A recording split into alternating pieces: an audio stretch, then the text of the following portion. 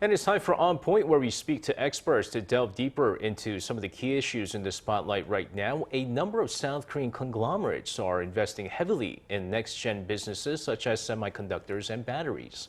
The move is all the more important as globally there is a massive shortage of semiconductor chips and a high demand for batteries, and more car makers are pushing towards the EV market.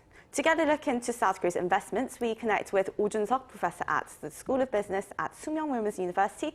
Very good morning to you, Professor. And, well, first off, what's your take on a number of South Korean conglomerates really investing very heavily in next-gen businesses?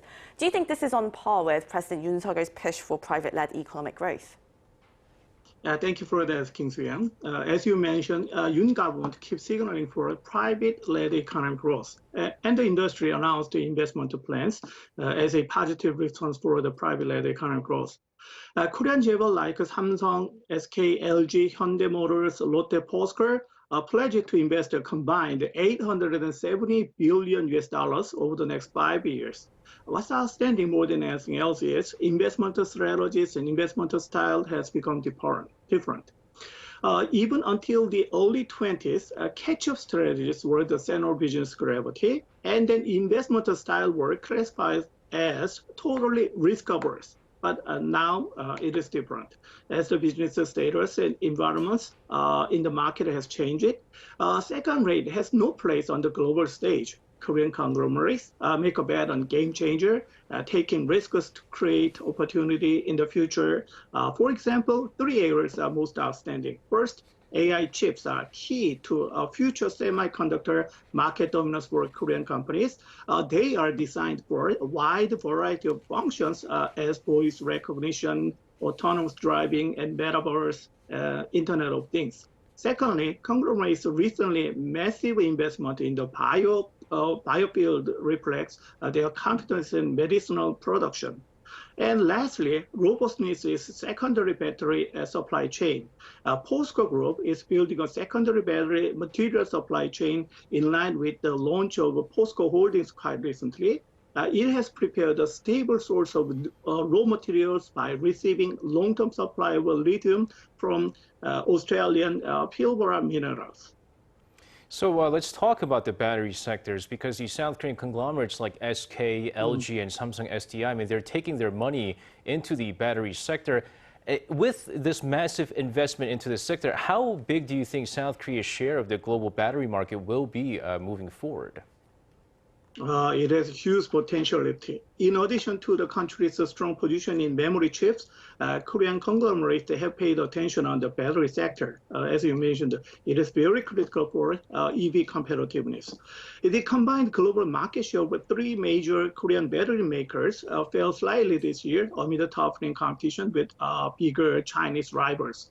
The cumulative market share of LG Energy Solution, SK Innovation, now name changed to SK On, and Samsung SDI stood at 33.8%.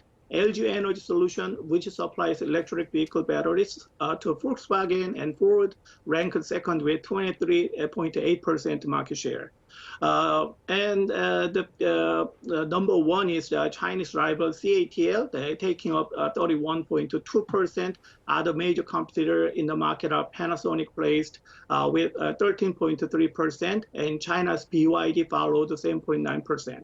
The global battery market keeps growing, and the cumulative amount of battery energy usage from electric vehicles reached 195.4 gigawatt hours globally. This amount is 2.3 times higher than the previous year. It is expected Korean battery major managed to defend the combined market share of average of 30% in the global EV power in the face of escalating competition with Chinese producers.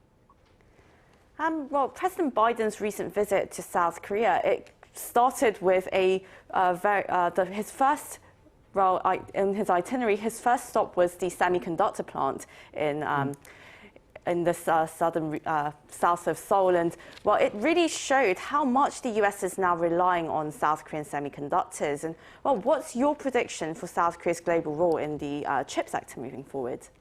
Thank you for the asking. During the summit meeting, Korea and the U.S. stressed cooperation in chips and battery in a joint statement suggesting for allied supply chain. Now is the time technology factors come to influence international politics as much as the geopolitical factors as in the past. U.S. has come to rely on assistance from core alliance like Korea to win over China in its tech contest. The U.S. has realized it cannot handle the global order alone, launching Quad as a way of hemming in China. Now the U.S. is working on a similar framework with the U.K. and Australia, so-called AUKUS, a security alliance, and Washington tried to join Japan to the AUKUS. Korea has been on the receiving end in its relationship with the U.S., but now the U.S. needs Korea, since Korea is a major producer of chips and batteries necessary to U.S. industries. Now, any troubles on the industrial front could mean trouble for the United States industry. Washington reportedly is seeking a chip 4 alliance with Asian chip maker countries, memory chip of South Korea, chip equipment of Japan, and system chip of Taiwan to ensure stable production and supply chain of chips, which are stable in modern industry. A supply chain encompasses all processes from components for manufacturing to raw materials, equipment, and even finished products. Well, I wish we had some more time for this discussion, but unfortunately, this is all the time that we have. Professor Oh, thank you very much for your insights this morning. And again, looking forward to speaking to you. Thank you.